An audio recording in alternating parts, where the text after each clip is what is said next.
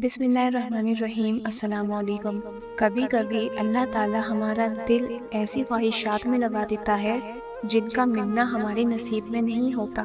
लेकिन क्यों क्यों अल्लाह हमारा दिल उस ख्वाहिश में लगाता है और फिर उसे हमसे इतने फासले पर रख देता है?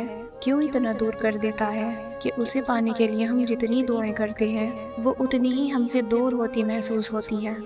क्योंकि अल्लाह ताला उस मुकाम तक लाना चाहते हैं जहाँ सिर्फ उसके महबूब बंदे होते हैं। वो मुकाम जहाँ तक सबकी रसाई नहीं, वो मुकाम जहाँ तुम्हारा सब्र, तुम्हारा तवक्कुल, तुम्हारे आंसू, तुम्हारे सजदे और तुम्हारी इबादतें तुम्हें उसका प्यारा बनाती हैं।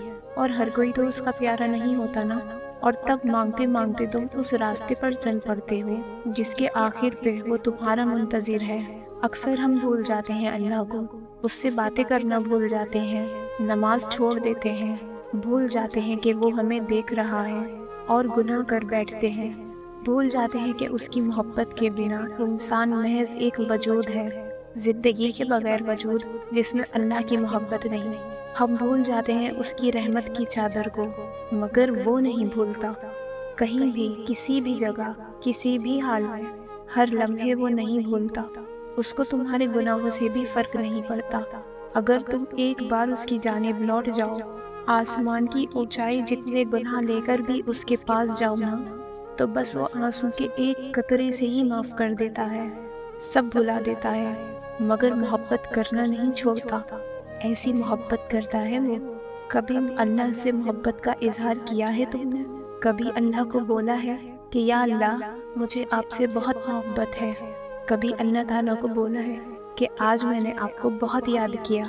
हम लोगों के पीछे तो बहुत भागते हैं, लोगों को तो अक्सर ये सब कहते रहते हैं, मगर अल्लाह को नहीं कहते।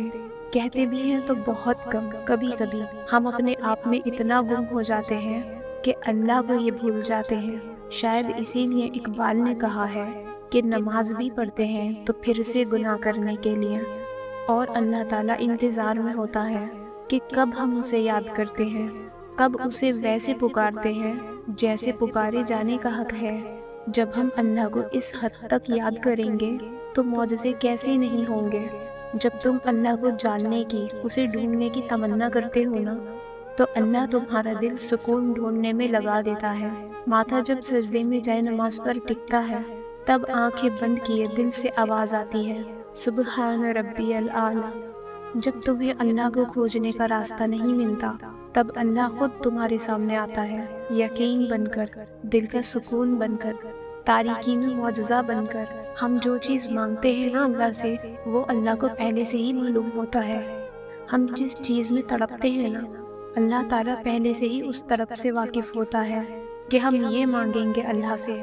उसे पहले से ही पता होता है कि हमारा दिल किस चीज़ में उलझ गया है। तो जब अल्लाह को पहले से ही मालूम होता है तो फिर वो क्यों नहीं अता करता? इसीलिए तो उसने दुआ बनाई, दुआ मांगने के लिए हमें बनाया, ताकि हम उससे मांगें, उससे बातें करें, उसे बुलाएं, उससे दूर ना हो जाएं, उसके करीब रहें, ताकि वो हमारी तरफ मुतवज्जह हो सके।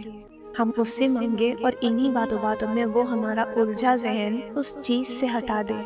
इतनी मोहब्बत करता है अल्लाह हमसे कि हमारे ही लिए वो हमें गम दिखाता है और हमारे लिए ही हमसे मोहब्बत करता है। इंसान का काम सिर्फ सोचना है कि ऐसा कर लेंगे और वैसा कर लेंगे, और जब जिंदगी हमारी उम्मीदों के मुताबिक नहीं चलती तो हम परेशान हो जाते हैं। लेकिन नसीब और मुकद्दर का पता तो सिर्फ अल्लाह को ही है कि आगे क्या होगा, कैसे होगा, सब अल्लाह को पता है।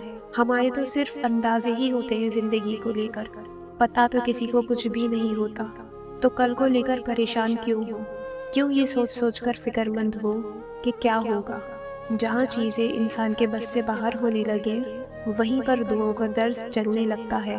तुम्हारी ढेर सारी दुआएं अल्लाह के पास जाकर तुम्हारे खूबसूरत नसीब की सिफारिश करती हैं। दुआएं ही तो मुकद्दर को खूबसूरत बना सकती हैं। अक्सर देखा है कि लोग एक दूसरे से आगे निकलने की कोशिश में लगे रहते हैं। उसके पास ये चीज़ है तो मेरे पास क्यों नहीं? उसने ऐसे कपड़े पहने हैं तो मेरे पास ऐसे कपड़े क्यों नहीं? किसी तकरीब में जाना है तो हर दफ़ा नया लिबास, कि कहीं लोग देखकर ये ना कहें कि इसने तो पहले भी यही पहना था।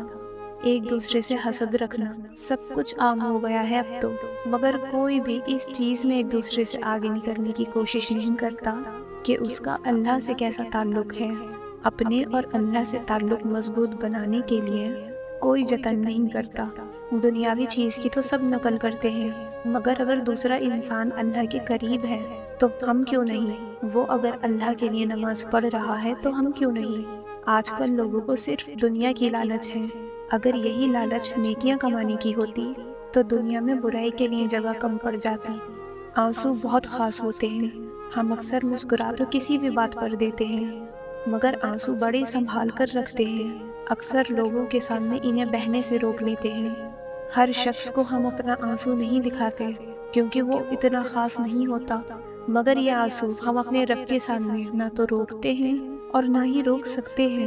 اس کی بارگاہ میں حاضر ہو کر اپنا سر اس کے سامنے جھکا کر ہم جو آنسو بہاتے ہیں وہ کسی اور کے آگے بہا نہیں سکتے۔ ہمارے آنسو انسانوں کے لیے بے زبان ہوتے ہیں، مگر اپنے پروردگار کے سامنے یہی آنسو ساری داستان بیان کرتے ہیں، کیونکہ جیسے یہ آنسو خاص ہے نا، اس کی محبت بھی اتنی ہی خاص ہے، بے لوث، بے حد۔ دیر سے ہی سنتا ہے اللہ اپنے پیارے بندوں کی، اور دیر کیوں؟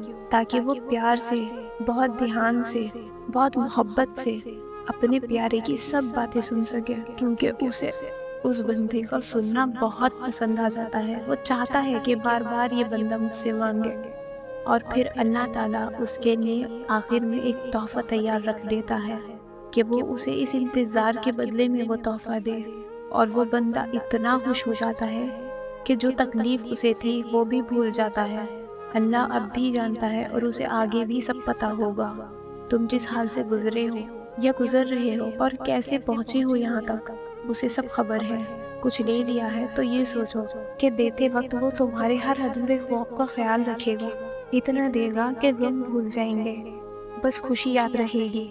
تم کیسے برداشت کرو گے، کیسے صبر اور توکل کرو گے؟ یہ سب تو زندگی ہے۔ یہ نہیں دیکھو گے کہ زندگی میں آگے کیسے بڑھو گے؟ جب کبھی تمہارا یقین ڈگمگانے لگے اور مایوسی کی طرف جانے لگو تو ایک بار خود سے یہ سوال ضرور کرنا کہ کیا میرا رب وہ نہیں جس نے حضرت ابراہیم علیہ السلام کی آگ کو گلزار کیا؟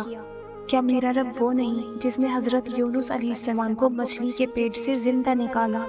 کیا میرا رب وہ نہیں جس نے حضرت یوسف علیہ السلام کو کنویں سے نکال کر مصر کے خزانوں کا مالک بنایا؟ کیا میرے اللہ نے مکڑی کے کمزور ترین جال کے ذریعے محمد صلی اللہ علیہ وسلم کی حفاظت نہیں کی؟ کیا اس دنیا میں معجزے ہونا کم ہو گئے، یعنی کہ رب کا اختیار کم ہو گیا ہے؟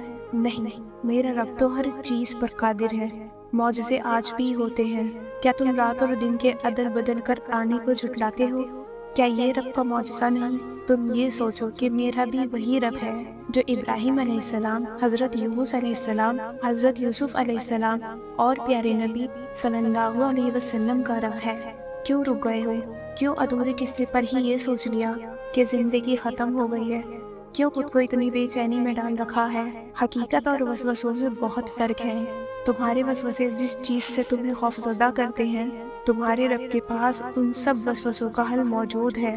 اگر تمہاری مشکلات بڑھ گئی ہیں تو یہ کیوں بھول بیٹھے ہو؟ تمہارے رب کی پہنچ اس سے کہیں آگے ہے۔ تمہارے رب کی رحمت ان خدشات سے بہت افضل ہے۔ یاد رکھو، اللہ کے سوا نہ کوئی تمہارا بنا ہے اور نہ ہی بن سکتا ہے۔ تمہیں دوسروں کے لیے نہیں، اپنے لیے آگے بڑھنا ہے، اتنا چلنا ہے۔ کائنات کی نظر میں تم سرفروغ نہیں ہو سکتے، اور نہ ہی تمہیں دنیا کے لیے خود کو وقف کرنے کی ضرورت ہے۔ تمہیں اللہ کی نظر میں سرفروغ ہونا ہے تو اپنے اوپر بھی رحم کرو اور اپنے آس پاس والوں پر بھی۔ کب کہاں کیسے اس دنیا فانی سے رخصت ہو جائیں کچھ اندازہ نہیں، تو یہ جو چند لمحے ہیں انہیں خوبصورتی سے جینے کی کوشش کریں۔